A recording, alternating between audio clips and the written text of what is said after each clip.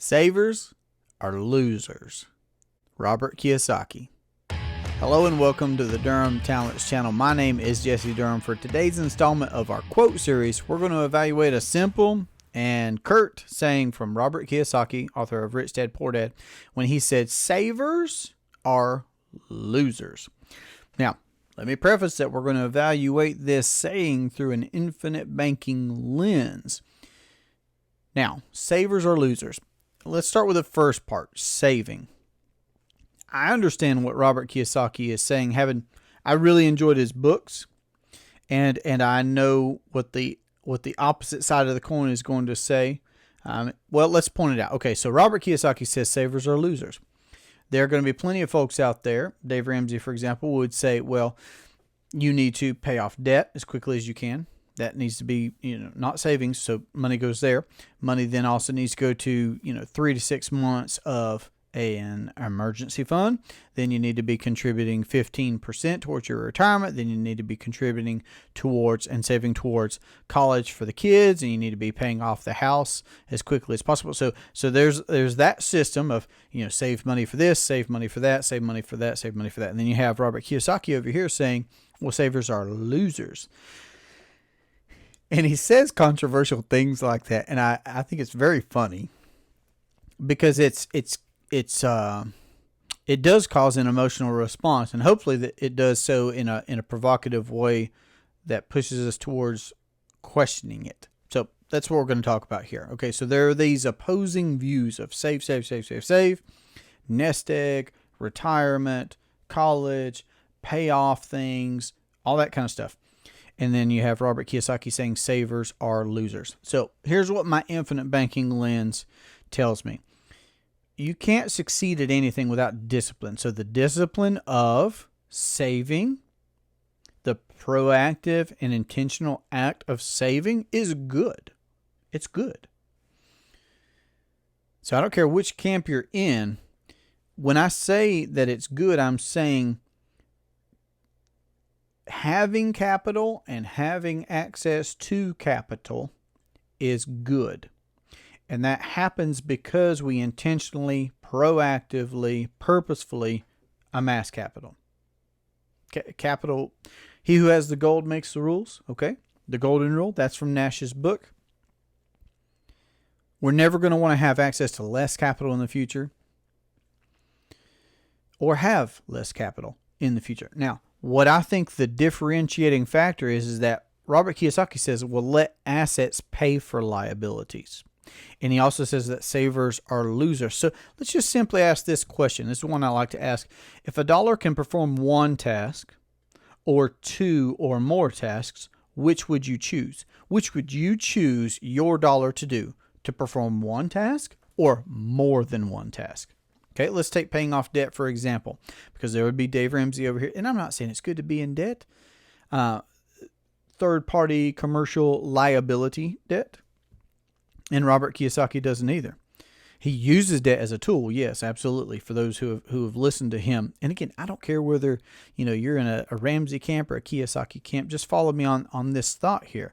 If you were to decide to pay off debt, and you're going to use dollars from your cash flows, your income, to do that, how many times can you use any given dollar to pay something off or to pay it down? One time. One time. Now, the question then is, what if you could use that same dollar for more than one task? What if you could use that same dollar to buy you an appreciating asset that you then use and leverage to pay off the debt? The same dollar. Okay, so that's part of what Kiyosaki is talking about when he says savers are losers. They just pay that debt down as quick as I can, pay that debt down as quick as I can. And I understand the intentionality and the drive and the momentum that is caused by doing something like pursuing a debt snowball. I've had debt before and I've paid debt off. I've paid off debt slowly on scheduled payments conventionally before, and I've snowballed debt before. I've also paid off debt conventionally, and I've come to the realization that I've chosen to becoming my own banker, that I would pay into appreciating assets, which are, for us, properly structured whole life policies with a mutual company that pays a dividend so that we can account for the banking function that's taking place in paying off debt. Okay, let's take another one. College. Set aside money. No matter where you set it aside, let's not get bogged down in those details. I don't care if you're putting that in a coffee can, under the mattress, in a savings account, checking account, mutual fund, money market account, a qualified plan. Doesn't matter.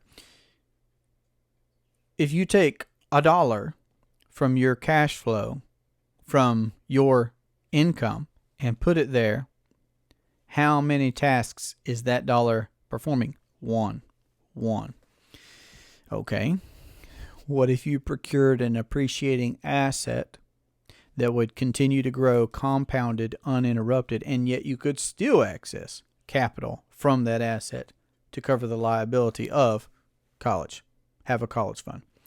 So you see it, and if we could do that with paying off debt, and if you could do that with saving for college, couldn't you do that with paying off the house early or setting aside 3 to 6 months of living expenses to have a fully funded emergency fund? Couldn't you do that for any of these things? Yes, because everything is financed. Everything is financed.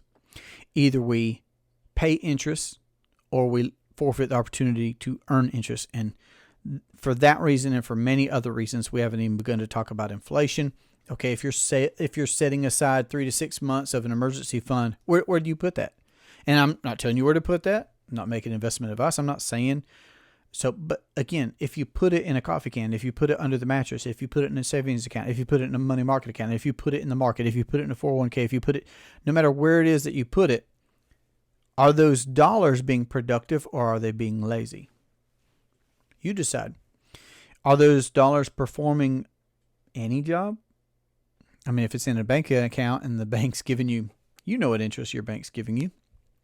And that interest is taxed. Also, if you are earning what interest you are, it's taxable. But are those lazy dollars or are they productive dollars? Are they performing one task or more than one task? Well, I'm telling you, they can perform more than one task. If you will account for your need of finance, you, my friend, will certainly not be a loser. So I know that that's a controversial and a hot title, a hot saying and quote, and we like looking at quotes that make us think and that lead to quality conversations. I know this has been a brief one. If you'd like to let us know a comment or a saying or quote that you would like to have us evaluate, put it in the comment section below. If this has piqued your curiosity about, oh, Jesse, what do you even mean about policies and the banking function? Well, I encourage you to read R. Nelson Nash's book, Becoming Your Own Banker, and have a conversation about how to implement the infinite banking concept into your household or your business or your investing. Then you can reach me at 828-817-4223, or you can email durhamtalents@gmail.com. This has been a great pleasure for me. I look forward to our next conversation. Have a great day. Take care.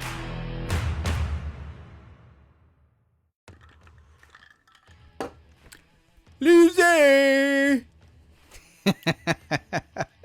I didn't even think about that till just now. Oh my goodness. Silvers are losers.